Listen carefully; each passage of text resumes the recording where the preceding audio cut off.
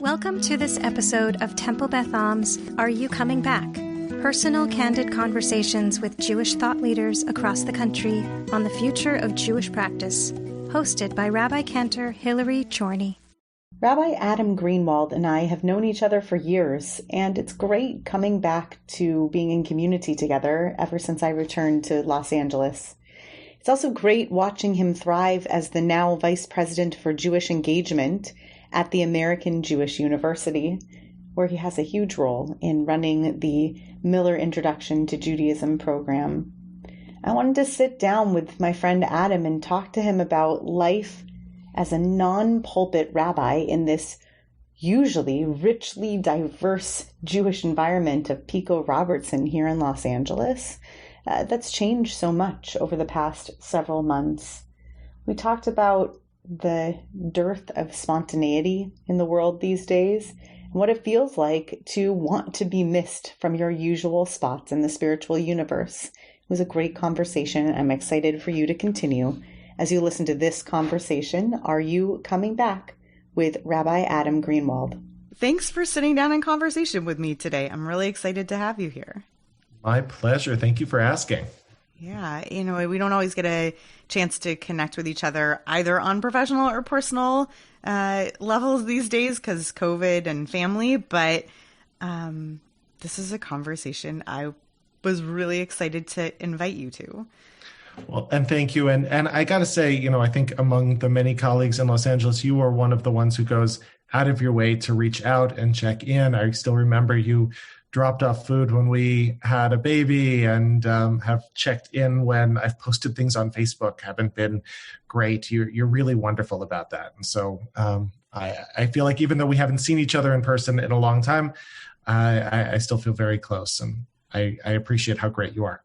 Thanks. I appreciate the same. And it's really nice to watch also somebody else in the Los Angeles area who I've known for a while, who is trying to build, like not just thriving in a career, but trying to build. So I know you're going to kind of have the hat on in this conversation of that professional mindset, just because you always do. I'd love to hear if things pop into mind, but we're really here to talk about what this period, this era has been for you spiritually and what might happen next. So I like to start this conversation by asking you to take me back like a year, this time, 2019, a different time altogether for you personally, a different time altogether for this universe. Maybe take me back to like synagogue, Shabbat morning for you, maybe a memory of a holiday or what that was like. Give me a sense of the sights and the sounds that were essential. You can go full biopic on me and take me back like years, but even just a year ago, what was Jewish and spiritual life for you on the regular? God, a year ago in a completely different world. So we have an 18-month-old, almost 18-month-old Gracie. And because of just the way that the timing of the pandemic happened, the first 6 months of new parenthood are so upside down entirely. And I don't entirely remember all of those first 6 months because if you don't sleep, you don't form memories. And so it was just around January that for the first time we were getting enough sleep that didn't feel dangerous to drive.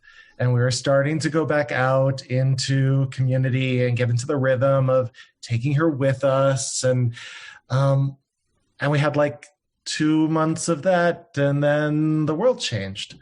So, there was that real sweet moment between January and March when for the first time we could take her. I remember my wife and I went to one of our favorite restaurants and we didn't have babysitters. So we just took the baby in her carrier and we sat with her there and rocked her and she was good and we ate a meal and it was so wonderful. But only have had that very short window in now a year and a half in which that's been possible.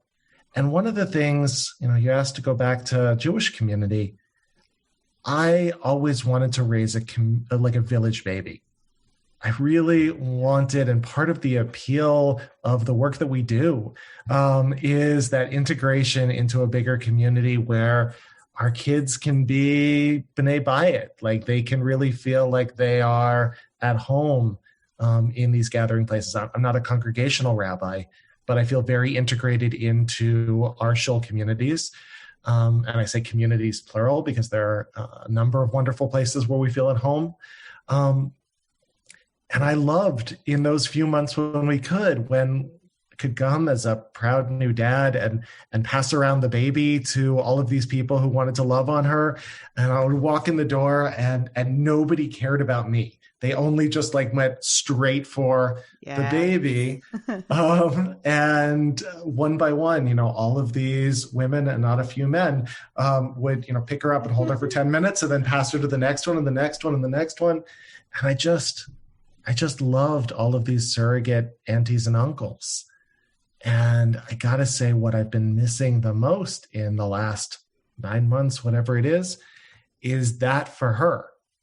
Like, I'm sorry that she's not getting that. And I'm sorry for me also that I just took so much joy in watching the joy that she brought. And I miss that.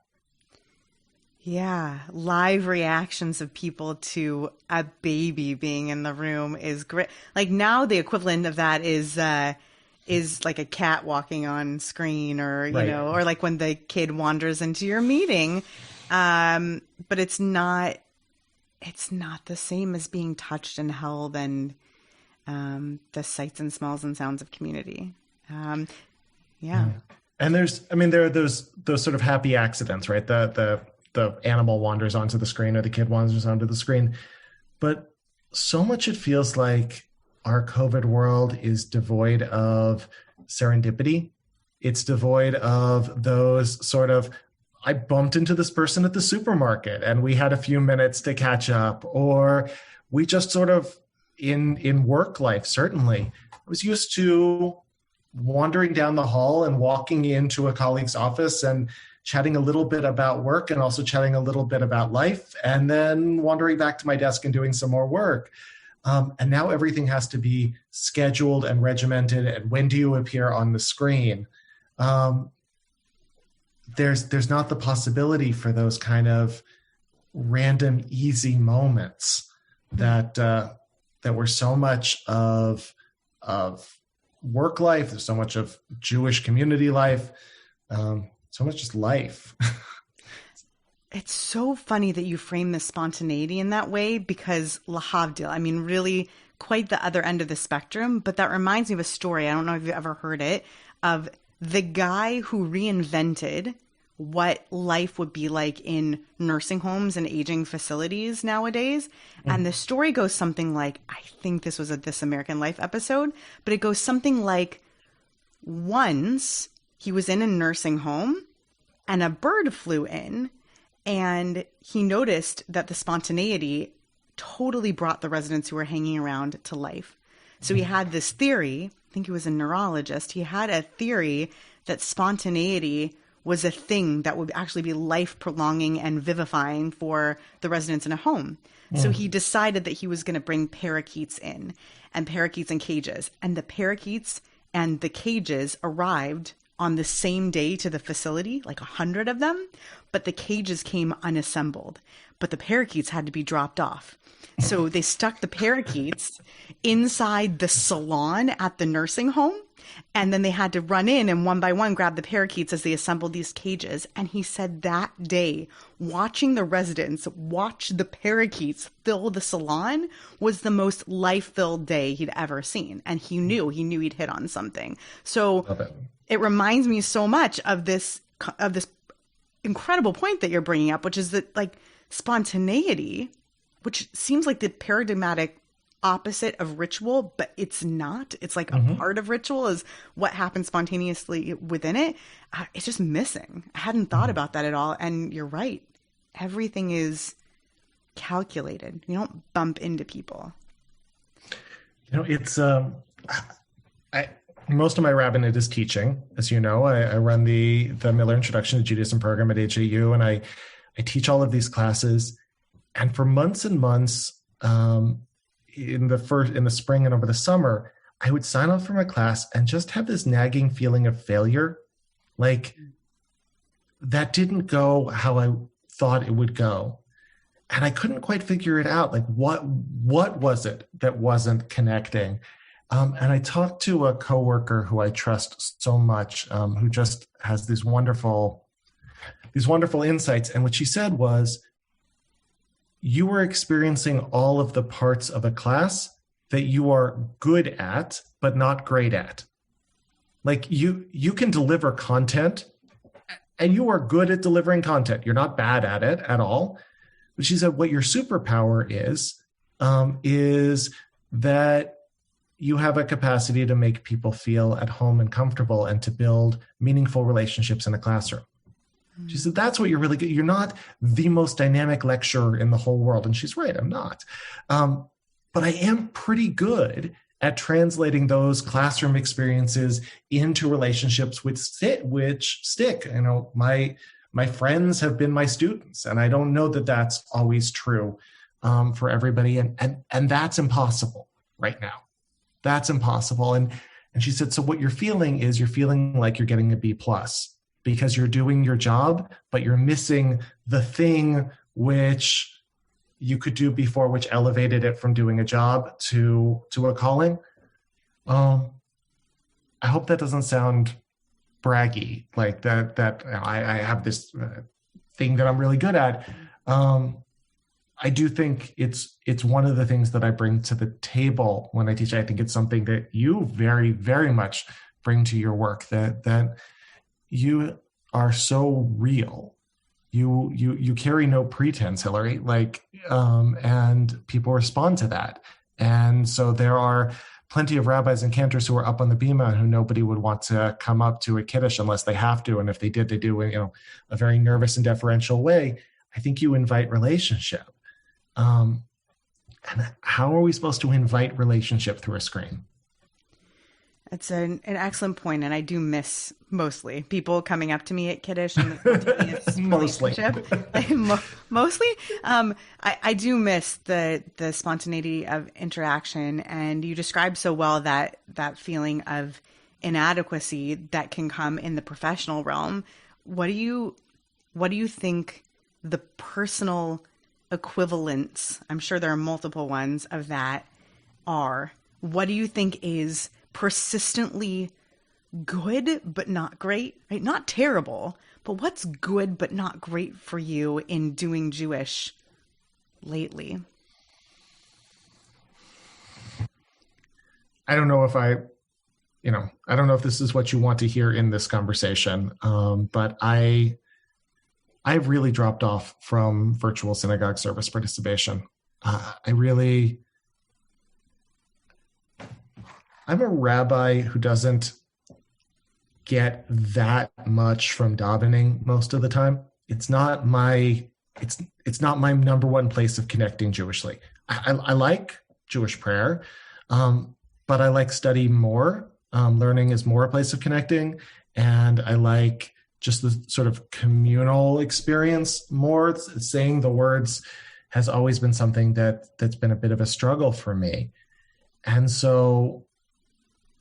Synagogue without the opportunity to kibitz and without the feeling of the people around, where it's just sort of distilled down to the prayer, I find really challenging. And I guess if I find it challenging as somebody who has a graduate degree in this and has dedicated life to this, I got to imagine it's really challenging for other people too. I did love... There were some really sweet moments over the high holidays. I served between 3 different congregations. First of all, the fact that I could do that was amazing. And to see 3 different places where I feel at home and 3 different spiritual leaders who have been my teachers. And there's no other world in which that would have been possible. And that was lovely. And there were a few moments when it felt like even apart we were together. But they were flashes rather than that sustained thing. Good, not great. Yeah. And I love that you touched on this idea, which I spoke to Yehuda Kurtzer a little bit about a few of these Are You Coming Back conversations ago, which is what do you expect your privilege of Jewish literacy to give you? And it just doesn't. Right? You have access to anything and everything in terms of what's on paper, like literally, Right. You could crack any Siddur and open up new Jewish spirituality stuff, except that you can't conjure, it sounds like, the element that made it. Yeah, I love that question. I think there are lots of barriers to prayer. Jewish prayer is hard. Chazanim have a really hard job to figure out how to translate this for people. And for some people, the barrier to Jewish prayer is literacy and Hebrew and knowing the words. I am privileged in that I've gotten to spend enough time studying that that's no longer a barrier. It was a barrier for many years, but that's no longer really a barrier. But, for me, in order to feel, I wasn't raised in a God household. I was raised in a very culturally Jewish household. We made Shabbat every week. We were participants in our little Havurah style synagogue. But I don't remember a single conversation with my parents growing up about God, ever. And so it was my third year of rabbinical school, I think, and my second year of rabbinical school, when one of my professors pulled me aside and said to me very sweetly, you need to come up with a theology if you're going to be a rabbi. You need to have spent some time thinking about God, because it just really wasn't part of my formative Jewish experiences. Yeah. And so I figured out how to be good with God on the level that works for me, but it's not innate to me. Spirituality and belief is not innate to me. It's not part of my growing up experience. It's not in my DNA. I have to work to have the feeling that somebody is listening when I pray. And I know plenty of people who know less Hebrew, but who have that innate sense of connection, right? Who just know that God is present with them, and they may stumble over the words, but they know somebody's listening. And so I have all the privilege in the world to be able to read the words, but I need the assist on the believing part, on the connecting part. And that assist for me comes from being in the presence of other people. It comes from the holistic experience. And so, praying on my own has always been hard. And praying, through a Zoom screen helps a little bit. But it's not enough for me, despite all of my Hebrew literacy and tefillah literacy. Have you found anything in this time that you think has been a salve for the stuff that's missing? Like, tried something new, either in prayer life or just home life, something at the Shabbos table or to do in your Jewish routine that fills some of the void of what we can't do nowadays? First of all, my baby. I mean, right? There is no other world in which I would have been present for her first steps and her first words. That's true. My wife works as a consultant and works mostly from home, and the understanding was that she would be more on with the baby because her work was more flexible, and I, in the before times, spend an hour in a commute each day and 8 hours at least at the office, and I would have missed all of that. And so the fact that for some time every day, I sit in the yard with my daughter and just enjoy the sunshine and watching her grow is gorgeous. And there's no other universe where that would have happened in this way. And I'm grateful for that. And Jewishly, I did enjoy being able to participate in multiple different services over the Chagim, and I do enjoy in my classes this diversity of students who can now join because of the reach. When we transitioned all of our classes online, all of a sudden people from across the United States and frankly from across the world found them and said, well, now I can do this. And so in my Intro to Judaism classes right now, I have a couple who joins from Japan and a pastor from the Philippines and an English teacher in Saudi Arabia who needs to join through a VPN because I think it's illegal to take classes in Judaism in Saudi Arabia, and a couple in Zurich, and they're all joining in, and it's like, that's amazing, and it's amazing to get their perspectives, and that's the piece, I know we're going to talk about, like, how do we go back? That's that level of interconnectivity, I don't imagine giving up for hyperlocality. How, if Temple Beth Am can be a place that can serve people around the globe, how do you go back to only serving people in Pico Robertson?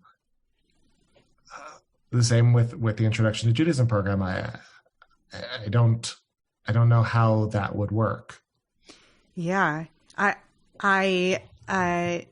feel like I'm philosophically participating in an ongoing analysis of what our universe is right now by constantly revisiting some of these questions that I'm throwing out to you, but also reading what other folks have to say about it. And there was a great Jewish philanthropic organization. If I think of the article itself, I'll stick it in the show notes. And they spoke of something that's a cousin to an idea that I've been circling around. So he wrote about the idea of the equity of quality. So that for the first time, we're facing this idea that people are accessing quality. His example is quality synagogue services, but I might offer, back an example, like people are for the first time accessing equitably the quality of Intro to Judaism programs that are as completely and thoroughly cultivated as the Miller programs is, which is just a different level than, let's say, an individual synagogue or an individual rabbi or cantor might have developed somewhere.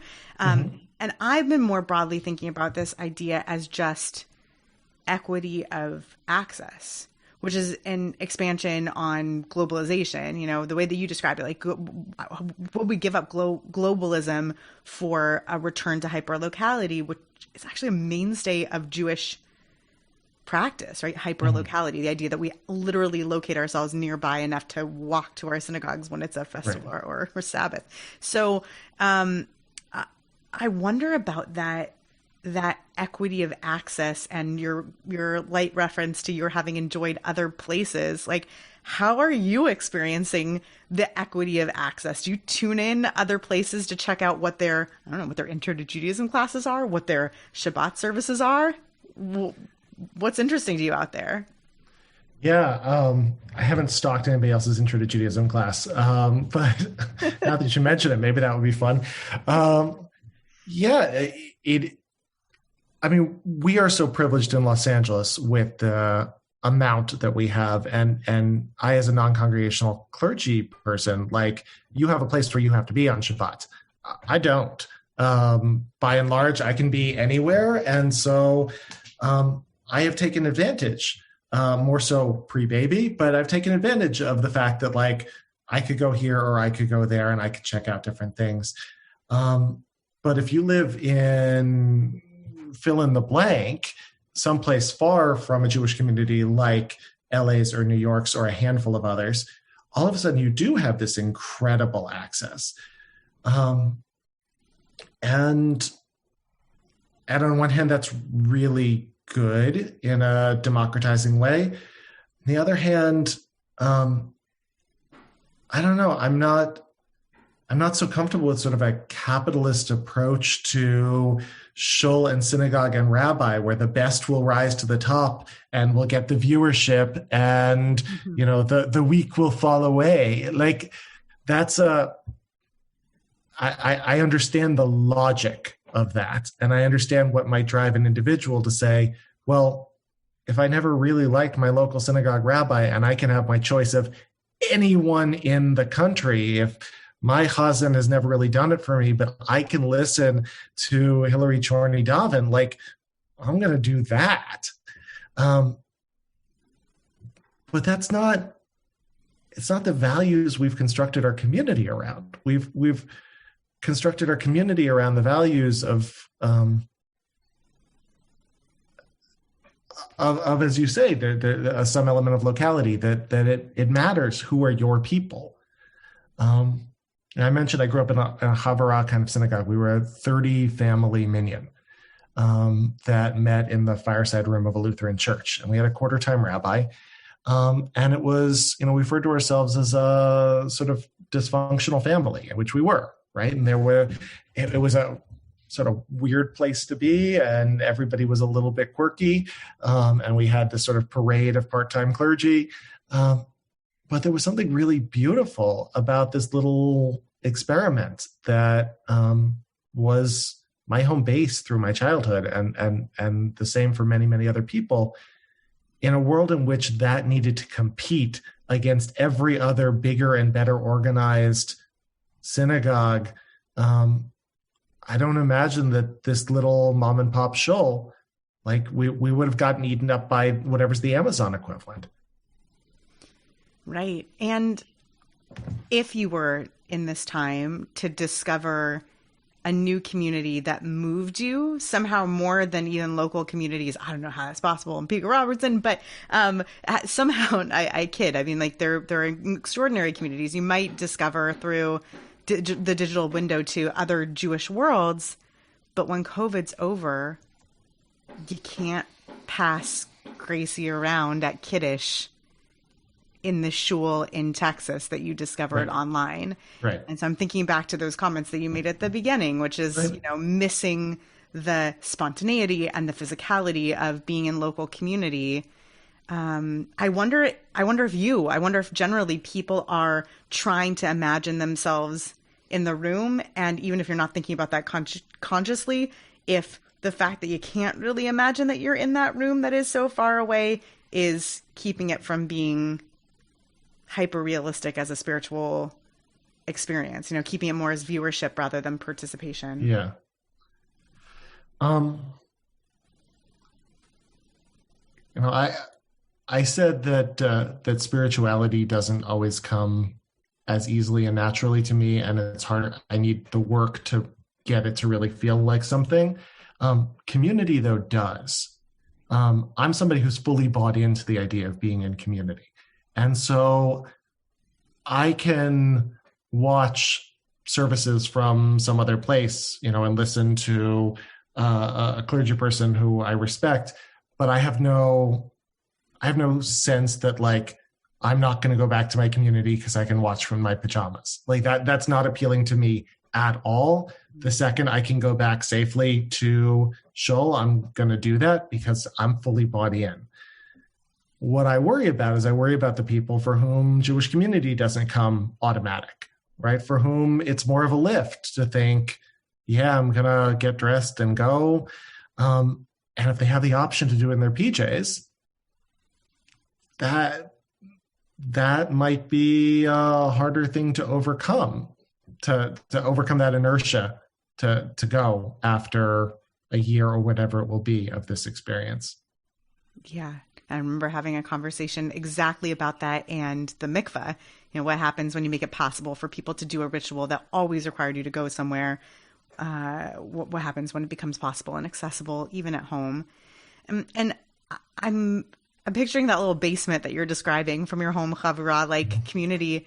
I'm wondering if anybody is meeting the success bar with some virtual version of that. I wonder if there is a version of a rusty, somewhat cobbled together lay-led experience that's either happening or emerging. I don't think I've seen that. I do wonder if there's some sort of a necessary polish to even get out there, or if there are people who are somehow achieving that in COVID.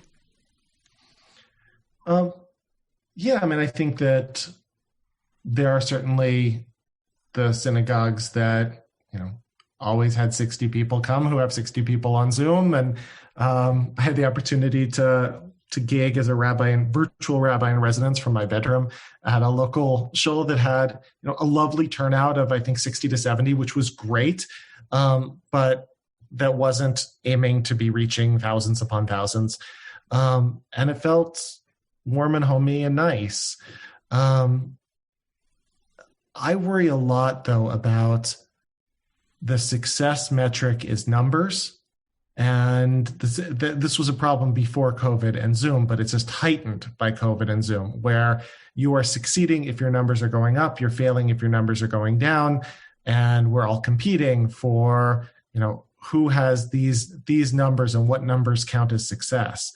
So, is it possible to count a community as successful if it is meeting the needs of 50 people?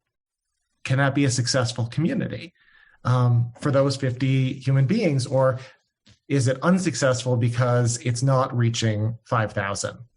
And how are we going to readjust our expectations, right? I'm hearing from, I talked to friends at another shul who said, we had 10,000 people join us for High Holidays virtually. So next year, God willing, when we're back together, please, and they have 1,000 people and their sanctuary feels incredibly full, is it going to be disappointing? Because last year we had 10,000. The numbers mess with our heads. And if we're a tradition that believes that each person is worth an entire world, an image of God that has infinite value, then we need to act like that and not entirely place our stock in how many humans, and place our stock, at least a portion of it, in how deeply are we serving the humans who are there.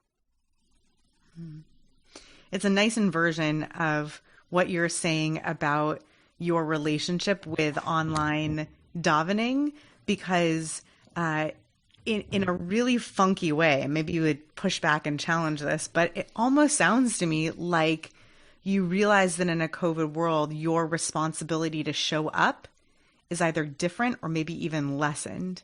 Meaning there's like a community building responsibility of showing up in a different way when you're in synagogue times, but not in an ugly way, almost in the way that you're painting it is like, it's not about the numbers. Like the people for whom this is meaningful should show up because it's meaningful. And if it's not meaningful for me, then it doesn't mean that it's not working for someone.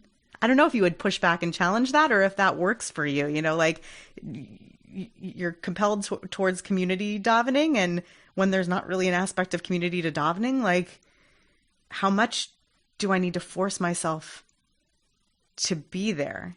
If there's no chance of a spontaneous experience, if my kid can't wander, the dirty carpet in the kiddish room, like what responsibility do I have to be in the room?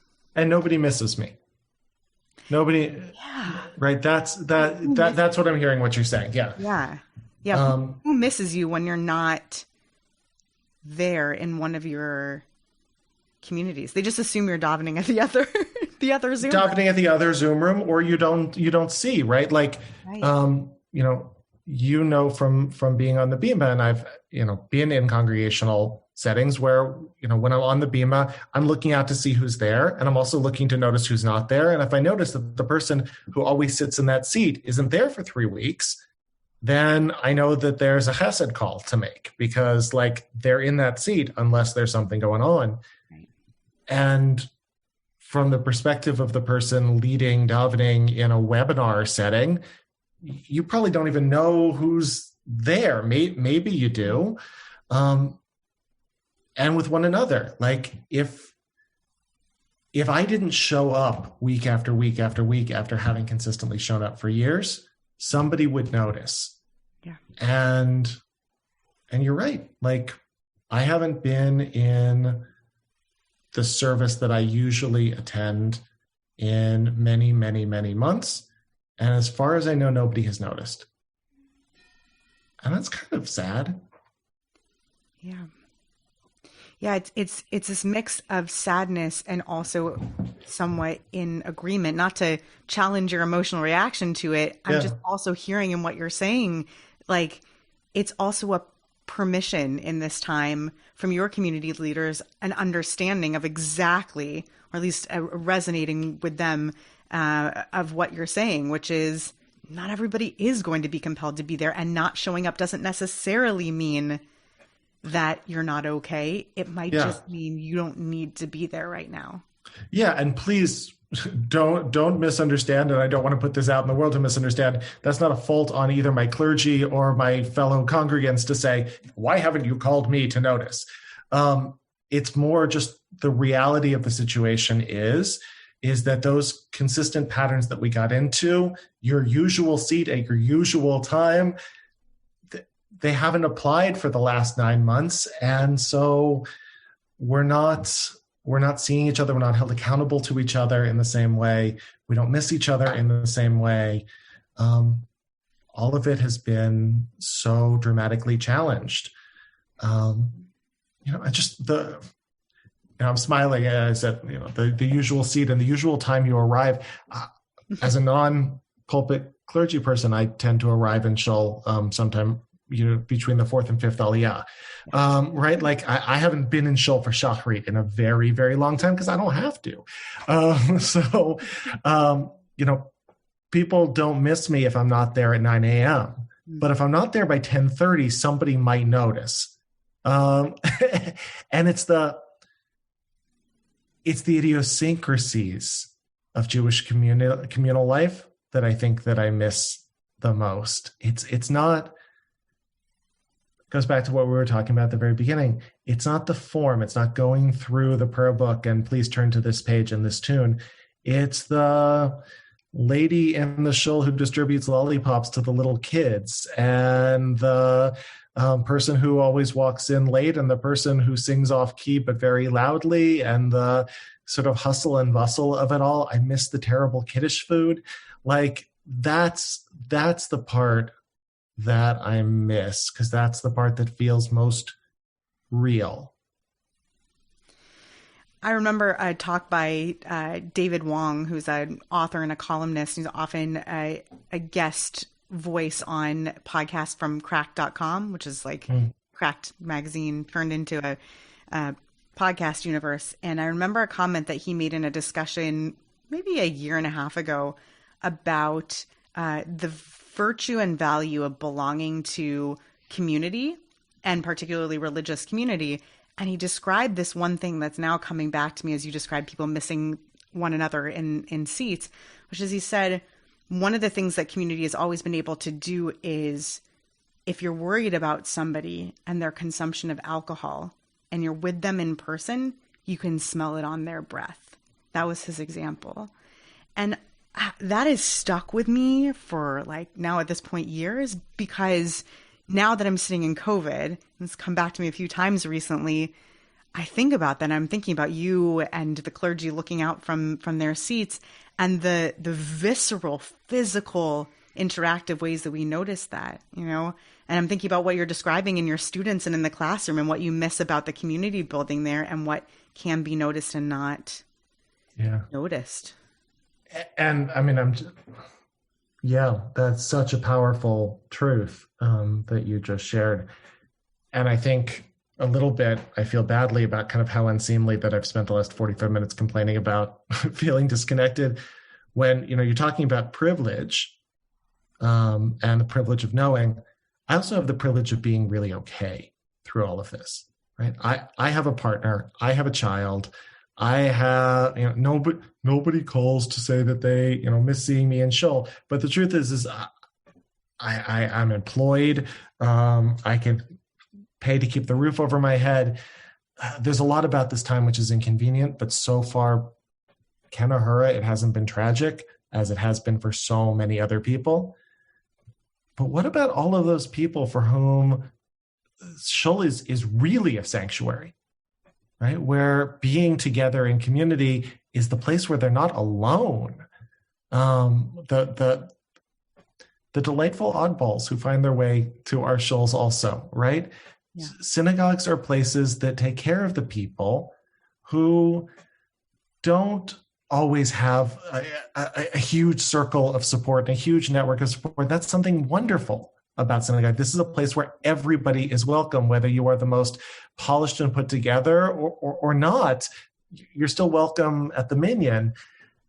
And for those people, this is really devastating. I am so fortunate. I am so lucky. I am so supported and connected, and I'm sad about the situation, but I'm not lonely on a regular basis. And for so many people, they are, and vulnerable. And we can't be there for them right now in the same way.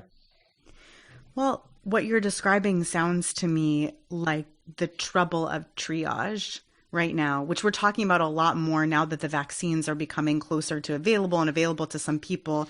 I know Rabbi Dr. Jason Weiner has written some really beautiful stuff about the Jewish ethics behind triage, but what you're describing is communal triage and the faults of the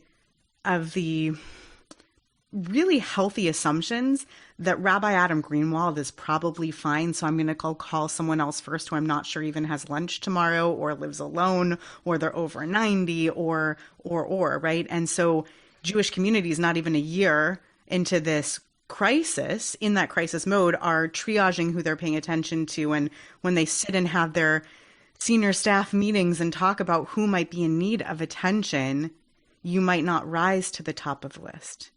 Yeah. When you don't rise to the top of the list, that can hurt. Yeah. And I think triage in a crisis is the appropriate response, right? Not everybody can have the vaccine first. The people who need it most need to get it first. And the rest of us, as much as we don't like waiting, need to wait. And our communities are being asked, and our congregational clergy are being asked to lift a weight which is unliftable. Nobody was prepared for a global pandemic shutting the world down for a year. Nobody had training in this. Everybody's had to figure it out as they go. And so, I don't find any fault with any community just trying its best, because I know everybody is working harder than ever. And I think we've got to be okay with the fact that nobody can meet all of the needs right now because we are living in an unprecedented, impossible situation. And I'm grateful that for all of the ways that the community has shifted so fast and the people have been so creative and so caring, even when I'm aware of all of the lacks. Yeah. And to begin to move towards that kind of final question of, are you coming back to communal life, which you already referenced in a little bit earlier?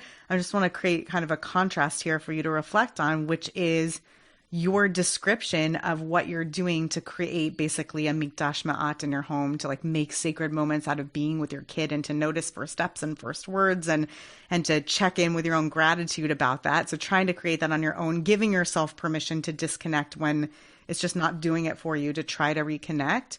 And also your apparent eagerness to get back when you can get back. So I guess my first twist on the question is, even when you do go back, what's changed for you? What's shifted? What's cracked in this time that you think might change the person who does walk in during the fifth aliyah to your seat?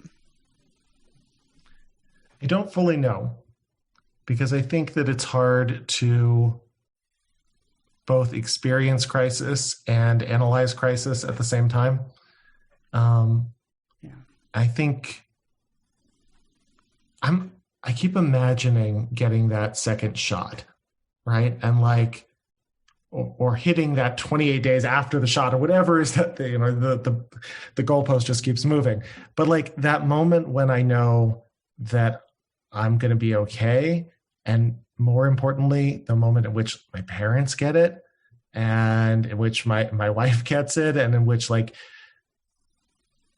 and I feel like there's just so much stored up that I can't access right now until I know that everybody I love is going to be okay. And when that happens, there's going to be a dam that's going to break, and there's going to be a colossal reckoning. And there's going to be a reckoning with this year or however long it is. And, I love that you're convening this conversation now. And I think it's really important.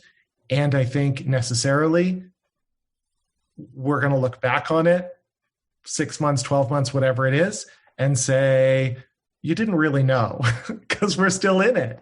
And it's only going to be when we come kind of out the other side that we can start to process what this means and how we've changed. So I know that I'm eager to get back to community. I know that this experience isn't just going to get forgotten and be like, oh, that was a crazy year. It's going to continue to be something to be reflected on and written on and thought about for a very, very long time. But it's hard to guess right now what that's going to be from the other side. I don't know. Does that resonate with you? Do you feel that? It does. It does. I do feel like it's impossible to know right now. And, full transparency, for the most part, I'm not asking this question of my congregants because I don't think they're ready to answer it. But I do think that even if we don't have answers, that Jewish thought leaders and those who lead community in their spare time, basically, right, or in their professional time, they're leading in their personal lives. They're not. I think we're trying to circle around it. And I guess my big question in response to the way that you outlined it, which I don't disagree with, right? I think it's not possible to know now. The question is how much agency you feel to actually imprint upon whatever is quote unquote created in this era. Like, do you feel like you're shaping and building something new when you welcome people from Saudi Arabia and Japan into your classes, or when you become a different kind of dad? Do you feel like you're creating a new reality, or do you feel like it's happening to you for the most part? I think this whole experience is an experience of learning that we're not in control, which is hard, and we're not in control.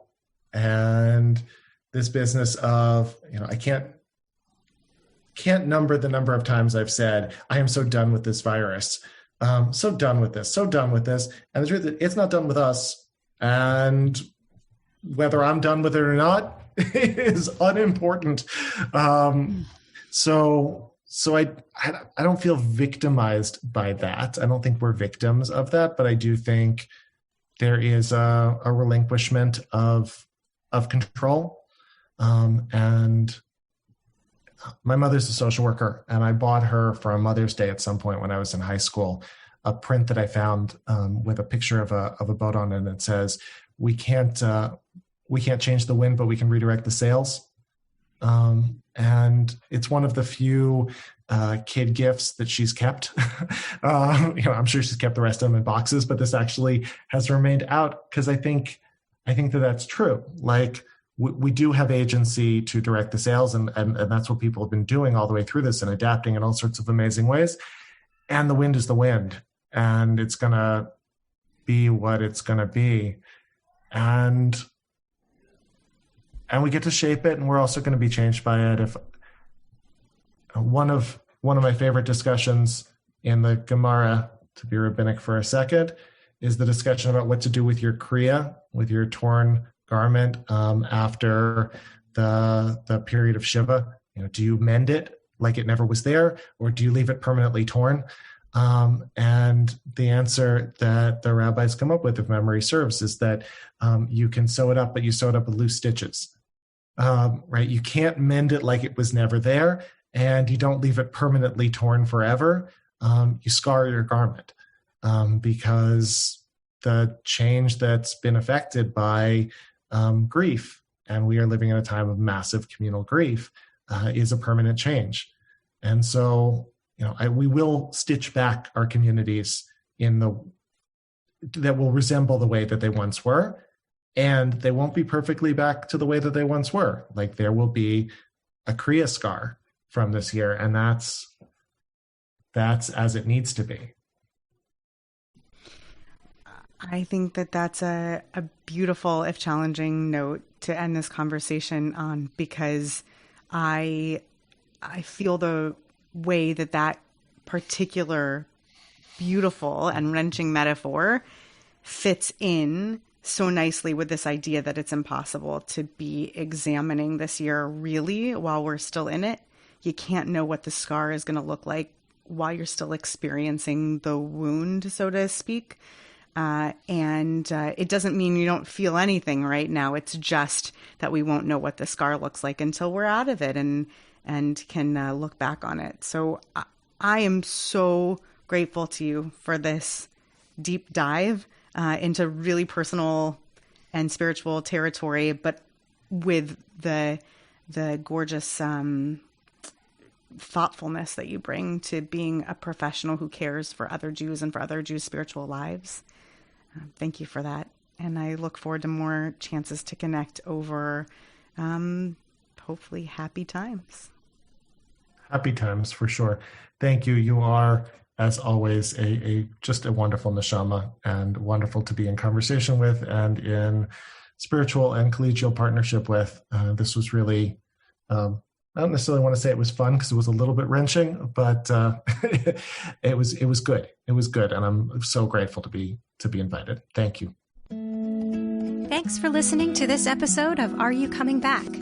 Do you have someone you'd like to recommend for a conversation like this one? Someone who might have a fascinating personal perspective on returning to Jewish rhythms beyond the pandemic? Reach out to us at hchorny@tbala.org.